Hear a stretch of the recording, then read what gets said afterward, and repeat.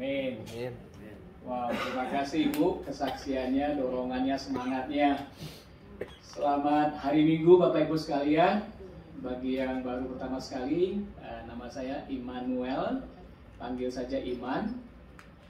Saya berterima kasih bisa mengenal Bapak-Bapak Ibu yang baru di sini, demikian juga yang terus setiap minggu datang kemari. Kiranya pertemuan kita hari ini Tuhan beracara untuk menolong kita bertumbuh, dan saya percaya memang kehendak Tuhan. Kalau saya yang baru punya cucu sudah hampir 3 bulan, ya tentunya kan secara natural dia itu bertumbuh sendiri, nggak usah dibilang kamu harus bertumbuh, ya dia bertumbuh sendiri gitu. Tidak ada hal yang aneh di situ, karena memang karunia Tuhan adalah untuk kita bertumbuh. Nah, salah satu aspek pertumbuhan Bapak dan Ibu adalah tentang menemukan kembali firman yang hidup. Karena ini adalah makanan untuk kita bisa bertumbuh. Bayangkan saudara bahwa kita dijanjikan oleh Tuhan untuk hidup yang kekal. Di dunia ini paling 80 tahun. Tadi ibunya Peter 96 tahun. Luar biasa, saudara. Tapi Ibu Siti hampir 90 tahun. Tapi saudara, kita itu diberikan masa yang sangat panjang. Eternity, kekekalan gitu. Jadi kalau kita bertumbuhnya sekarang ini. Bertumbuhnya sekarang ini gitu. Karena memang nantinya itu suatu dunia yang lain dan waktunya sangat luar biasa panjang, dan kita mungkin nggak bisa memikirkan hal itu. Topik pada pembicaraan tentang menemukan kembali firman yang hidup ini menyangkut tentang Alkitab, saudara. Nah, saudara bisa lihat ini ya. Ini perkamen gitu ya. Ada beberapa yang kita pilih sebagai contoh bahwa waktu Alkitab yang saat ini kita pegang itu satu, sebelumnya itu ya satu seperti ini ya. Jadi ada yang dari Kejadian, ada yang suratnya Paulus 1, kemudian ada yang Mazmur Daud dan sebagainya, gitu ya. Jadi zaman berkembang dan sebagainya, sehingga kita di zaman ini sangat mudah sebenarnya mengakses Alkitab itu. Dan tahu gak saudara bahwa Alkitab itu sebenarnya buku yang paling laris di dunia ini. Paling banyak dicetak. Beberapa tahun yang lalu 100 juta kopi laris dicetaknya. Jadi sungguh luar biasa Alkitab itu. Terakhir saya lihat YouVersion yang bahasa Inggris, di mana ada juga bahasa Indonesianya. Itu di-download 500 juta. Dari mereka mungkin sekitar 10-12 tahun ya. YouVersion Bible. Jadi ini buku yang paling penting di tengah-tengah dunia yang kita alami seperti ini. Sebelum kita berlanjut saudara tentang Alkitab, siapa orang tertua di Alkitab yang mati berusia 969 tahun? Nggak ada coklat, ada sandwich nanti ya makannya. Siapa yang paling tua di Alkitab yang mati berusia 99 tahun? Nah, ini Pak Daniel, ini yang paling Alkitabnya yang saudara. Pak Daniel ini Alkitabnya itu yang paling banyak halamannya. Kalau kita semua Alkitabnya cuma 1 halamannya. Setuju nggak? Ya, coba tunjukkan Pak Alkitabnya Pak. Nah itu kan ribuan halamannya itu. Nah, sedangkan kita punya cuma 1 halaman ya. Ya enggak?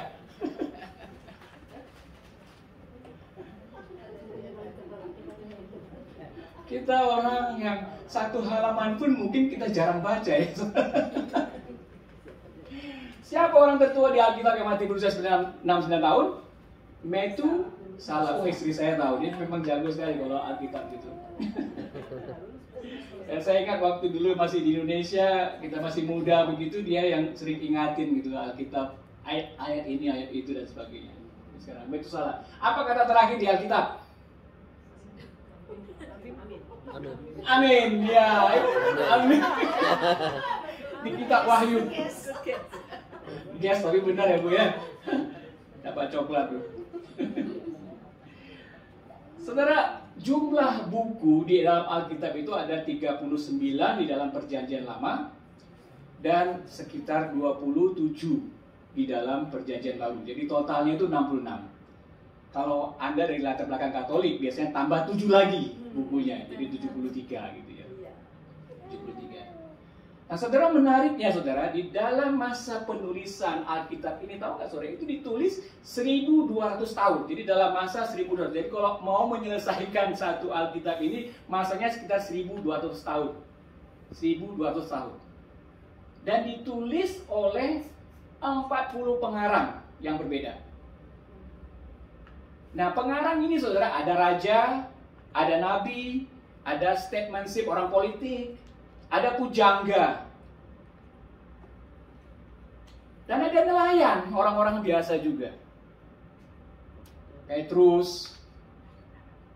Saudara, Alkitab itu sendiri adalah suatu mukjizat. Amin, saudara. Adanya Alkitab itu sebagai satu mukjizat. Bukan saja karena pesannya, walaupun 100, 200, 1200 tahun dan 40 pengarang, itu kita aja berapa orang sih? Kita mungkin punya pandangan yang berbeda-beda gitu ya. Tapi ini 40 orang pengarang dari zaman yang berbeda, tetapi punya satu pesan yang sama tentang Mesias, tentang Kristus, tentang keselamatan yang dari Allah Bapa pencipta langit dan bumi. Saudara. Tapi itu tidak cukup sebagai mukjizat, melainkan akurasi daripada Alkitab itu. Saudara. Perjanjian Lama banyak menggambarkan dan sekitar 300 nubuatan tentang siapa Yesus itu. Dan digenapi. Saudara. Jadi sungguh luar biasa, dari tahun penulisan yang panjang, akurasi daripada Alkitab itu jelas. Dan sekarang kita dalam Perjanjian Baru, ada banyak janji-janji dalam Perjanjian Baru ini kita akan atau sedang alami. Tetapi nantinya saudara, kalau melihat Perjanjian Lama sudah digenapi, Perjanjian Baru ada banyak janji-janji juga. Nanti kita akan melihat itu, karena ini sebagai contoh karakteristik Allah yang sungguh Dia ingin mau kita itu mengenal Dia dan mendengar suaranya lewat Alkitab ini. Jadi kalau ada janji-janji dalam Perjanjian Baru, kita tunggu saja nanti. Selama 2000 tahun sejak Alkitab itu diselesaikan, tulisan-tulisan itu selama 2000 tahun, banyak orang, berjuta-juta dirubahkan oleh karenanya. Dirubahkan. Orang-orang yang zaman dulu, zaman masih Yahudi kuno, orang mendapatkan berita itu, dan berita itu mengubahkan mereka. 500 tahun yang lalu. Dan sampai saat ini, itu mengubahkan orang. Jadi sungguh luar biasa ya saudara ya. Alkitab itu memang Tuhan berikan kepada kita sekalian saudara. Nah, dalam bukunya Pastor Stuart Robinson, pendiri Crossway, itu pernah dia menuliskan ada wawancara dengan 600 muslim mengapa mereka percaya Yesus. Ya, 1, 2, 3, 4, 5, 6. Tapi saudara lihat yang nomor 4. Suatu kitab suci firman Allah yang berkuasa. Jadi mereka itu mau mengikuti Yesus. Kenapa? Karena firman yang mereka baca di kitab suci atau Alkitab itu luar biasa. Itu berisikan tentang jaminan pasti keselamatan. Itu menceritakan pribadi Yesus yang penuh kasih dan pengampunan. Itu menceritakan bahwa kita punya relasi, bisa punya relasi dengan Tuhan dan keintiman dengan Bapa. Jadi apa? Semuanya itu tercatat di dalam Alkitab, saudara. Saya bekerja dengan orang-orang muslim. Saudara tahu ketika mereka masih kecil, ada banyak sekali mereka disebutkan atau diberitahu bahwa kita ini kafir, jangan bergaul dan sebagainya. Dan selain itu juga disebutkan bahwa kitab suci Alkitab itu sudah banyak dirubah dan sebagainya. Tapi kita sendiri yang dibesarkan dalam keluarga Kristen, kita sudah dekat dengan Alkitab. Bagaimana dengan mereka yang jauh dengan Alkitab, jauh dengan sesuatu yang dapat mengubahkan kehidupan mereka, saudara? Tapi kalau Alkitab kita pun di rumah atau di HP zaman saat ini tidak pernah kita baca dan berdebu, saudara. Ironis ya, Ironis karena banyak orang sebenarnya kalau dia membaca kitab suci Alkitab, dia akan berubah, saudara. Sedangkan orang yang memiliki akses kepada Alkitab, buku yang luar biasa itu, mungkin tidak menggunakannya. Lalu, apa Alkitab itu bagi kita, saudara? Apa Alkitab itu bagi kita? Saudara, Alkitab adalah berisi cerita tentang Tuhan bagi manusia. Tuhan ingin menyatukan manusia dengan dirinya, dan Tuhan ingin membangun relasi dengan manusia. Ini cerita dari Tuhan kepada kita sekalian. Ini uluran tangan Tuhan.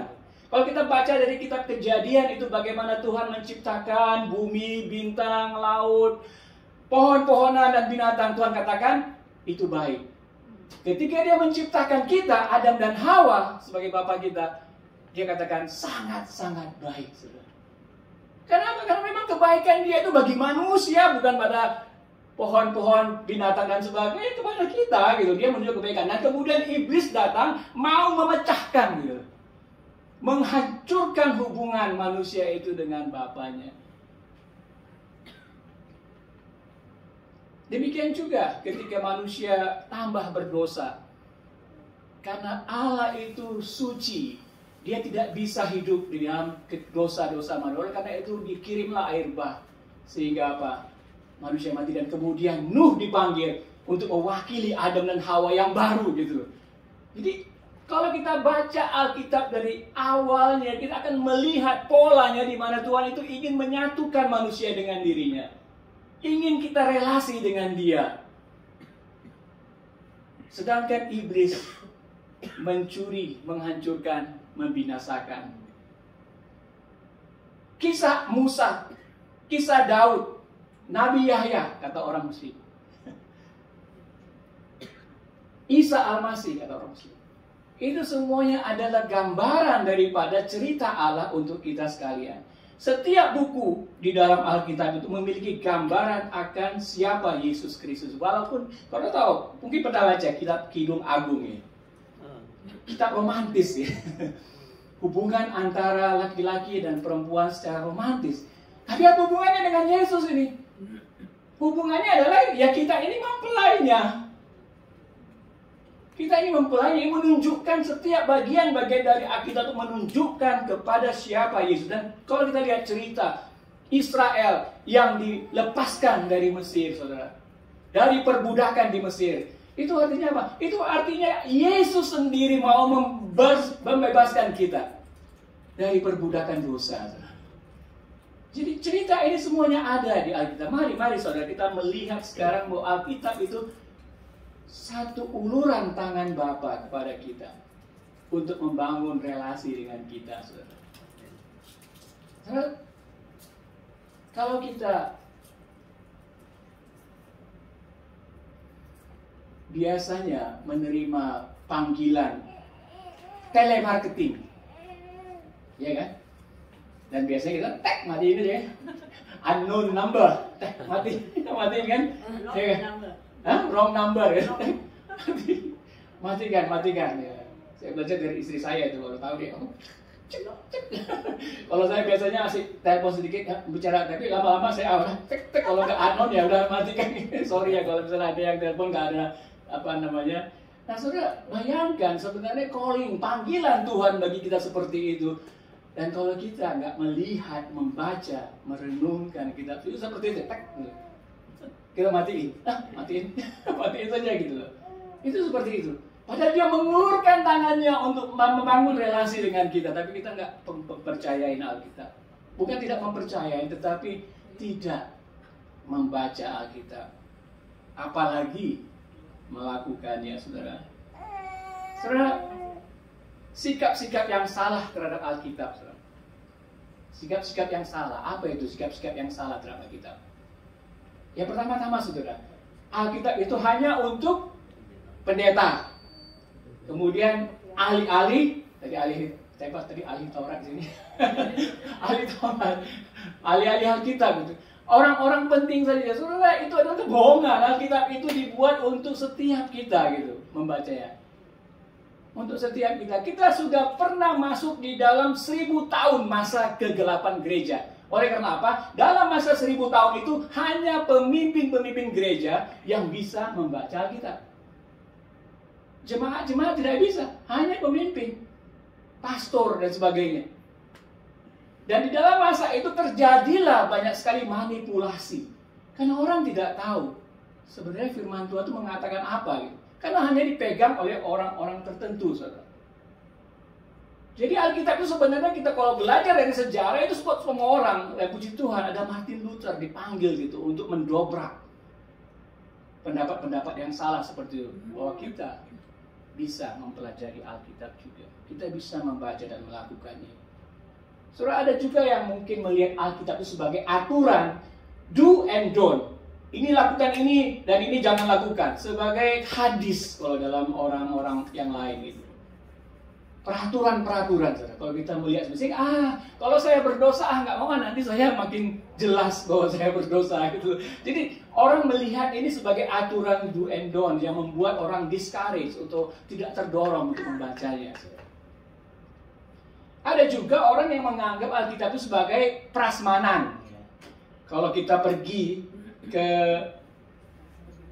pernikahan, acara pernikahan gitu kan, kita lihat di situ ada nasi liwet, ada gudeg, ada cendol, ada es teler, ada macam-macam lah gitu.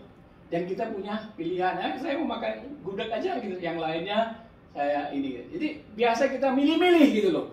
Di dalam Alkitab itu yang senang-senang saja. Oh, Yesusku baik, Yesus mencintai, ku cintai Yesus dan sebagainya gitu.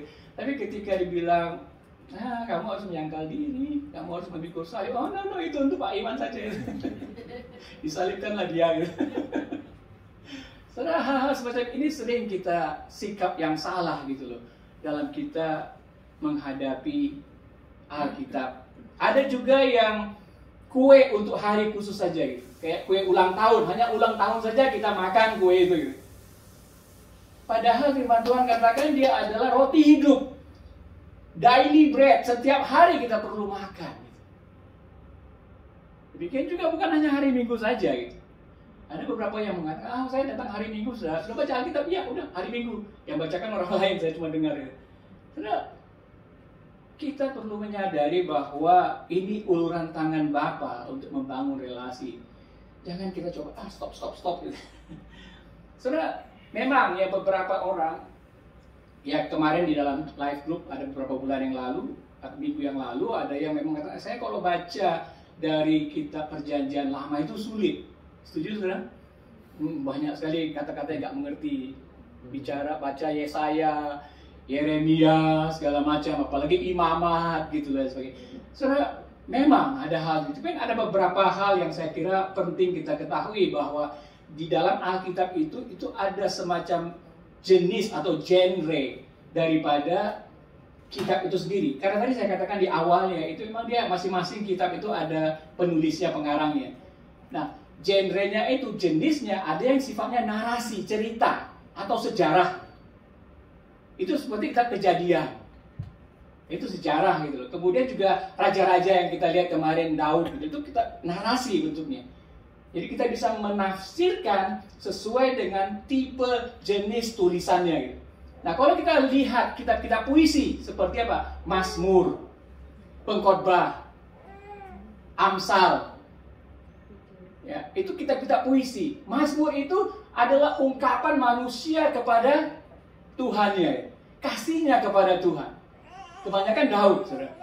Tapi kita nggak bisa menjadikan itu dasar teologi karena ini ungkapan manusia kepada Tuhan. Ya. Jadi banyak scholar itu tidak menggunakan kitab Daud itu sebagai kitab untuk begini loh kata Tuhan, itu sebagai ungkapan manusia. Kayak lagu Hillsong gitu. Lagu Hillsong kita jadikan sebagai teologi kita, enggak juga kan? Jadi kita membacanya juga mengerti jenis tulisannya gitu. Ada juga Injil. Ini lebih jelas. Kalau orang-orang dari kalangan yang belum percaya ketika mereka baca Injil, wow, luar biasa, itu mudah dibaca. Ini tipe seperti narasi juga, tapi lebih kepada menggambarkan berita baik, berita keselamatan itu. Kemudian ada yang sifatnya nubuatan, kayak Wahyu, Atau ya kitab-kitab nubuatan Yeremia, Yesaya, Daniel, segala macam. Memang kalau kita baca mungkin kita agak pusing gitu. Tapi kenalilah bentuk-bentuk tulisan seperti ini. Sehingga ketika kita membacanya, kita juga, oke, kalau kita membacanya dari mulai hal yang sederhana, tidak masalah, saudara, tidak berdosa. Tapi lama-kelamaan kita akan mengerti bahwa Tuhan berbicara dengan jenis tulisan seperti ini, dengan jenis tulisan seperti ini dan sebagainya, sehingga akhirnya kita semakin mencintai Alkitab. Nah, saudara, ada satu cerita di dalam kerajaan Yehuda, di 2 Raja-Raja 22, 1-13.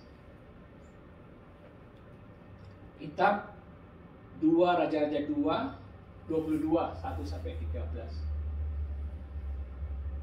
Yosia berumur 8 tahun pada waktu ia menjadi raja, dan 31 tahun lamanya ia memerintah di Yerusalem. Yosia dengan Daud itu ada sekitar 5 atau berapa keturunan lah gitu ya. Itu sekitar 300-400 tahun. Jadi ini setelah Daud kemudian ada Yosia gitu. Nah, selama Daud, Salomo, kemudian sampai Yosia ini, ada banyak raja-raja dan mereka hidup sembarangan. Nah, ini Yosia berumur 8 tahun pada waktu ia menjadi raja, 31 tahun lamanya ia memerintah di Yerusalem. Nama ibunya Yedida binti Adaya dari Boskat. Ia melakukan apa yang benar di mata Tuhan dan hidup sama seperti Daud, bapa leluhurnya, dan tidak menyimpang ke kanan atau ke kiri. Dalam tahun yang ke-18 zaman Raja Yosia, maka raja menyuruh Safan bin Azal bin Mesulam panitera itu ke rumah Tuhan. Katanya, pergilah kepada imam besar Hilkia, suruhlah ia menyerahkan seluruh uang yang telah dibawa ke dalam rumah Tuhan, yang telah dikumpulkan dari pihak rakyat oleh penjaga-penjaga pintu. Baiklah itu diberikan mereka ke tangan para pekerja yang diangkat untuk mengawasi rumah Tuhan, supaya diberikan kepada tukang-tukang yang ada di rumah Tuhan itu untuk memperbaiki kerusakan rumah itu, yaitu kepada tukang-tukang kayu, tukang-tukang bangunan, tukang-tukang tembok, juga bagi pembelian kayu dan batu pahat untuk memperbaiki rumah itu. Tetapi tidak usahlah mengadakan perhitungan dengan mereka mengenai uang yang diberikan ke tangan mereka, sebab mereka bekerja dengan jujur. Nah, saudara, backgroundnya itu adalah Bait Allah itu mau dibangun kembali gitu, atau mau diperbaiki oleh Yosia gitu. Jadi dia bayar orang untuk bangun kembali. Karena selama itu sebelumnya, raja-raja sebelumnya itu, saudara, bisa mengorbankan anak-anak, dibakar gitu loh, membunuh, saudara. Raja-raja sebelumnya gitu. Jadi masuk sekali banyak hal-hal yang di luar daripada firman Tuhan telah terjadi. Nah, ketika mereka mau membereskan rumah Tuhan itu, ada satu yang terjadi di sini. Berkatalah imam besar Hilkia kepada Safan panitera itu, telah kutemukan kitab Taurat itu di rumah Tuhan. Lalu Hilkia memberikan kitab itu kepada Safan, dan Safan terus membacanya. Kemudian Safan, wakil raja lah gitu ya, panitera itu masuk menghadap raja. Disampaikannya lah kabar tentang itu kepada raja. Hamba-hambamu ini telah mengambil seluruh uang yang terdapat di rumah Tuhan dan memberikannya ke tangan para pekerja yang diangkat mengawasi rumah itu. Safan panitera itu memberitakan juga kepada raja, Imam Hilkia telah memberikan kitab kepadaku. Lalu Safan membacakannya di depan raja. Segera sesudah raja mendengar perkataan Taurat itu, dikoyakkannya lah pakaiannya. Kemudian raja memberi perintah kepada Imam Hilkia, kepada Ahikam bin Safan, kepada Akbor bin Mika, kepada Safan panitera itu, dan kepada Asaya hamba raja. Katanya, pergilah, mintalah petunjuk Tuhan bagiku, bagi rakyat dan bagi seluruh Yehuda tentang perkataan kitab yang ditemukan ini. Sebab hebat kehangatan murka Tuhan yang bernyala-nyala terhadap kita. Oleh karena, saya garis bawahi saudara, nenek moyang kita tidak mendengarkan perkataan kitab ini dengan berbuat tepat seperti yang tertulis di dalamnya. Jadi dalam masa itu, saudara, Alkitab itu hilang. Alkitab itu hilang. Dan apa yang terjadi bagi kerajaan ini? Perlahan-lahan masuklah pengaruh ilah-ilah asing ke dalam kerajaan Yehuda. Sampai Yosia, karena hatinya seperti Daud, melihat bahwa kita 10 perintah Allah gitu ya, jangan membunuh, hormati ayahmu, jangan menginginkan harta orang lain dan sebagainya gitu. Ternyata mereka sudah mengalami hal itu, atau sudah melanggar 10 perintah Allah. Betapa hancurnya hati Yosia. Karena tanpa kitab Taurat itu di tengah-tengah mereka, hidup mereka jadi sembarangan, saudara. Dan hidup mereka jauh daripada kehendak Tuhan. Saudara, seperti yang sedang terjadi di Victoria ini. Kemarin Pastor Dia sudah pernah katakan juga, dan beberapa bulan lalu saya katakan juga tentang bagaimana pengaruh daripada hukum Victoria ini mulai masuk menjadi mengeksekusi beberapa yang kita anggap bernilai gitu. Ya salah satu contohnya misalnya, kita punya anak perempuan dan kemudian dia bilang anak perempuan ini, ya misalnya 10 tahun, 12 tahun gitu. Dia bilang, "Pak, saya ini perempuan, tetapi saya ini sebenarnya laki-laki." Gitu. Saya sebenarnya laki-laki. Nah, bapaknya bilang apa? Sebagai orang Kristen yang baik kan kita menolong anak itu. Mari nak kita doakan. Atau ada orang yang lebih tegas, "Nak, gak boleh, kamu ini perempuan." Nah, kalau ada kekecewaan anak itu, dia laporkan ke konselor sekolah. Konselor sekolah menerima laporan itu dan konselor sekolah bisa panggil pemerintah bahwa orang tuanya sudah melanggar law di sini, hukum di sini. Jadi akan banyak hukum-hukum di dunia ini dibuat untuk menekan kita, dan kita kata oke, nggak apa-apa lah. Nanti kalau anak saya seperti itu, ya karena hukumnya seperti itu, ya udah anak saya mau laki-laki perempuan terserah kamu. 1 tahun laki-laki ya, boleh, kita coba dulu gitu. Karena apa? Karena kita nggak tahu apa yang Allah atau Tuhan inginkan. Karena kita nggak pernah baca Alkitab, kita nggak tahu kehendaknya seperti apa gitu. Hal-hal ini bisa terjadi, saudara. Oleh karena itu kembali kepada firman Tuhan adalah sesuatu yang luar biasa yang harus kita lakukan, saudara. Apa sikap Yosia di sini, saudara? Ada 2 hal yang saya lihat. Ada 2 hal. Sesudah itu raja menyuruh orang mengumpulkan semua tua-tua Yehuda dan Yerusalem. Kemudian pergilah raja ke rumah Tuhan dan bersama-sama dia semua orang Yehuda dan semua penduduk Yerusalem, para imam, para nabi, dan seluruh orang awam dari kecil sampai besar. Dengan didengar mereka, ia membacakan segala perkataan dari kitab perjanjian yang ditemukan rumah Tuhan itu. Setelah itu berilah raja dekat tiang dan diadakannya perjanjian di hadapan Tuhan untuk hidup dengan mengikuti Tuhan dan tetap menuruti perintah-perintahnya, peraturan-peraturannya dan ketetapan-ketetapannya dengan segenap hati dan dengan segenap jiwa untuk menepati perkataan perjanjian yang tertulis dalam kitab itu. Dan seluruh rakyat turut mendukung perjanjian itu. Saudara, seluruh rakyat turut mendukung perjanjian itu. Saudara, kita lihat di sini bahwa Alkitab itu, saudara, kalau saudara lihat tadi seperti saya katakan 66 kitab gitu ya. 66 kitab itu, saudara, bukan untuk pribadi gitu. Tujuan itu untuk Tuhan membangun komunitas. Dari mulai perjanjian lama, hati Tuhan sudah melihat bangsa-bangsa gitu. Kenapa? Karena ketika Abraham itu dipanggil dia akan menjadi berkat bagi bangsa-bangsa. Dan siapa berkat itu? Yesus keturunannya dari Abraham juga. Dan Yesus sehingga bangsa pilihan Allah bukan hanya Israel, termasuk juga Indonesia, termasuk juga Australia dan sebagainya, saudara. Jadi kalau kita melihat konteks yang dilakukan oleh Yosia di sini bahwa seluruh rakyat turut mendukung perjanjian, memang firman itu untuk individu bisa kita ambil ya. Oh, saya senang Tuhan mengatakan demikian, itu bagus, saudara, bisa. Tapi secara garis besar, big picture-nya itu diberikan untuk komunitas, saudara. Komunitas. Makanya Yesus Tuhan kita bangun apa? Dia bangun gereja, dia mendirikan gereja. Gereja itu apa? Eklesia, kumpulan orang-orang gitu. Kumpulan orang-orang. Jadi di mata Bapa, di mata Tuhan, kalau kita belajar dari Alkitab, dia ingin satu kelompok, satu bangsa, satu gereja gitu yang semuanya itu bisa mendengarkan firman-Nya, mentaati firman-Nya dan mengalami transformasi di dalam dunia ini. Saudara, selama tahunan kitab itu hilang, diabaikan, saudara. Dan apa yang terjadi setelah kitab itu diabaikan dan ditemukan kembali? Raja memberi perintah kepada imam besar Hilkia dan kepada para imam tingkat 2 dan kepada para penjaga pintu untuk mengeluarkan dari batuan segala perkasa yang telah dibuat untuk Baal, Aserah dan untuk segala tentara langit. Saudara, ingat di sini, Ada imam besar, ada imam 32, tapi nggak ada Alkitabnya, saudara. Bisa kan? Jadi makanya Yesus katakan dia sangat-sangat marah kepada orang Farisi itu. Karena mereka tidak melakukan dan nggak peduli, dia buat aturan manusia yang diikuti gitu. Nah, saudara,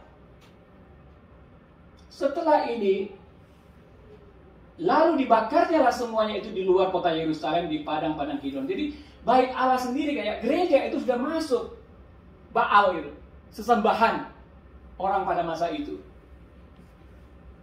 Kemudian ia memberhentikan para imam dewa asing yang telah diangkat oleh raja-raja Yehuda. Jadi dicampur baru semuanya itu.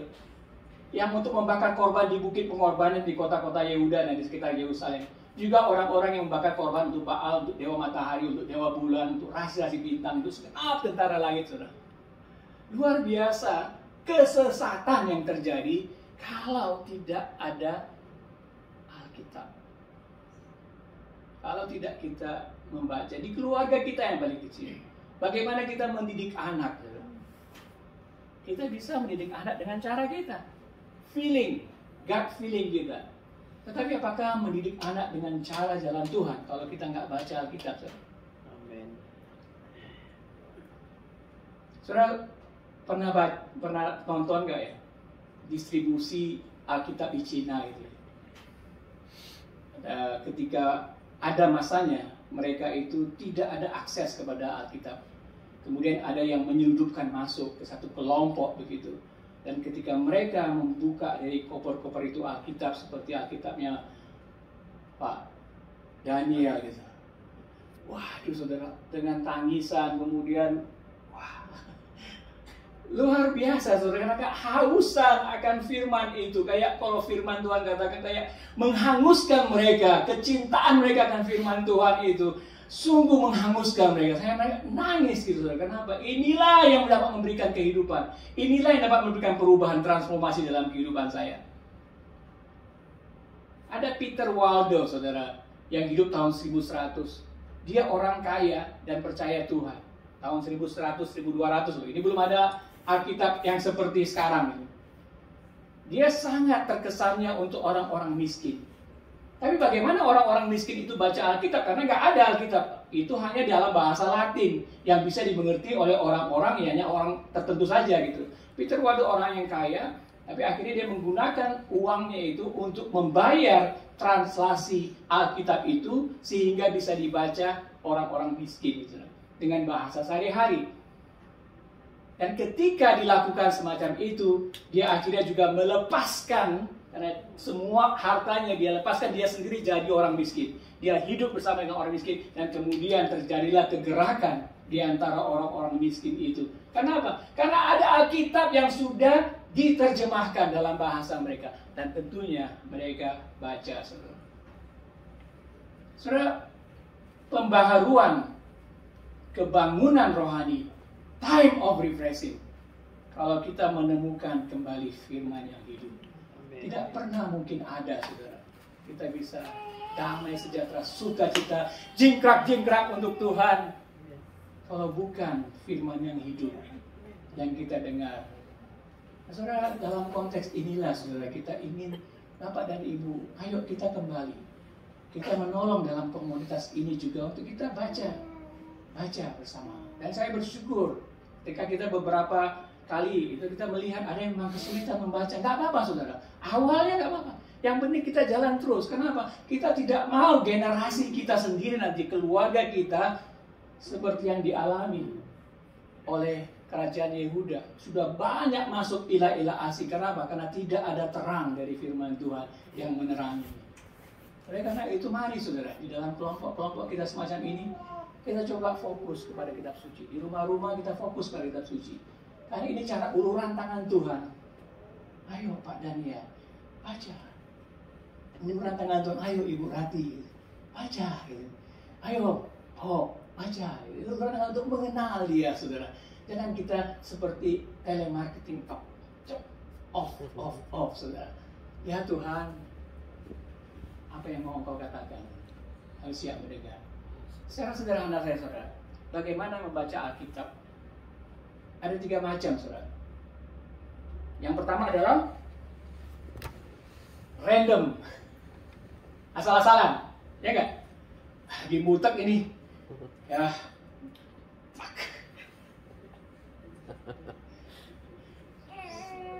Salibkan dia. Nggak apa-apa, saudara. Kita bisa membaca Alkitab, buka begitu, nggak masalah itu. Ya, random daripada tidak baca, ya nggak? Ada yang minta mengusulkan kasih Alkitab itu dekat toilet gitu. Karena kebanyakan kita pakai handphone ya. Handphone itu kan banyak sekali distraction, saudara. Alkitab itu mana menarik, ya nggak? Itu paling terakhir ya. Karena lebih banyak di sosial media, ada cerita ini sedikit, ada TikTok, ini lucu-lucu gitu loh. Oh, tak kira itu pengen, saudara. Oleh karena itu kasihlah Alkitab di daerah situ, Alkitab lain. Dan ya kita bisa random bukanya gitu. Apa saja gitu. Ya. Itu udah umum. Dan it's not sin. Gak berdosa kok gitu. Daripada tidak sama sekali, saudara. Baca kita. Nah, sekarang kita punya banyak teknologi, saudara, yang bisa mengingatkan kita. Kalau kita baca pakai yang sifatnya kayak tadi itu YouVersion gitu, ada bisa diingatkan kita untuk baca dan sebagainya. Udah diingatkan masih nggak mau juga, itu bangetan, saudara. Bertobat, saudara. Saudara, random, it is okay. Tapi ada juga yang sifatnya mau belajar. Ya kalau mau belajar ya kita misalnya mau belajar kitab Injil itu Matius, Markus, Lukas, Yohanes. Apa perbedaannya sebenarnya? Nah kalau kita dari kalangan yang sering memuridkan, kita biasanya menggunakan satu kitab ya, yang sederhana misalnya kitab Markus, sederhana. Kita pelajari dan kemudian kita tutup dan kita lihat dari situ, oh ini cara Yesus memuridkan ya. Kita belajar dengan disiplin gitu tadi. Nah ada belajar Alkitab yang untuk orang awam gitu. Ya kembali lagi kepada kitab Lukas misalnya. Kita mau belajar kitab Lukas ini. Nah, ada metodenya yang kita berikan kepada para pemimpin di lapangan. Bagaimana dia membaca Alkitab yang sifatnya itu bukan tambah pengetahuan, tapi bisa melakukan walaupun sedikit gitu. Nah kemarin waktu bicara sama Pastor Idi, beberapa ada teman kan Pastor Idi bilang, Pastor Idi adalah istri daripada Pastor Bill Stephenson. Dia mengatakan bahwa kita itu harus relearn, belajar kembali. Karena selama ini banyak kita belajar itu dari pendeta, dari tradisi-tradisi yang mungkin sudah tidak lagi tertulis seperti jalannya Yesus. Nah kalau kita kembali kepada kitab Lukas, Markus, kita melihat jalan Yesus seperti ini gitu. Jadi kalau tidak sama dengan saya sekarang ini, ya karena itu kita perlu untuk relearn, belajar kembali dengan baca kembali sehingga kita bisa menemukan, oh jalannya Yesus itu seperti ini coba memuridkan, jalannya Yesus seperti ini bergaul, jalannya Yesus seperti ini untuk memaafkan dan sebagainya, saudara. Jadi kita bisa belajar secara disiplin dengan studi itu, tapi juga kita bisa random. Dan yang terakhir, saudara, kita bisa topikal. Ya, topikal seperti ini. Kita bisa baca tentang apa sebenarnya firman yang hidup itu. Kalau kita punya masalah ya tentang relasi suami istri, kita bisa baca tentang Efesus 5 gitu. Bagaimana relasi suami istri menurut Alkitab gitu. Itu topikal. Kalau kita bicara tentang cari pekerjaan atau mendidik anak, ada banyak sekali. Di dalam pelayanan kita ada 54 bahan-bahan. Bahan-bahan untuk single mom, bahan-bahan untuk single dad, bahan-bahan untuk anak-anak muda. Tergantung, karena Alkitab itu kaya sekali. Jadi topikal, bisa kita bantu mereka untuk Bible study atau discovery Bible study dengan bahan seperti itu. Kalau kita membaca Alkitab dari kitab Kejadian sampai Wahyu, kira-kira berapa jam dengan suara keras? 72 jam cuma, saudara. 72 jam. Kalau di sini kita ada 20 orang, satu orang baca 1 jam gitu, ya kita bisa 40 jam. Dan kita mungkin kerjasama dengan gereja lain atau dengan yang kita bisa mengadakan satu kontes gitu loh, baca Alkitab. 72 jam. 50 itu sekitar 72 orang atau 36 orang kalau misalnya satu orang itu mau baca 2 jam. Live. untuk memberikan semangat orang kembali membaca Alkitab, saudara. Supaya kita boleh melihat kalau ada kotoran-kotoran yang kita perlu buang dari kehidupan kita. Amin, saudara? Saudara diberkati? Amin. Ya, kalau gitu, ayo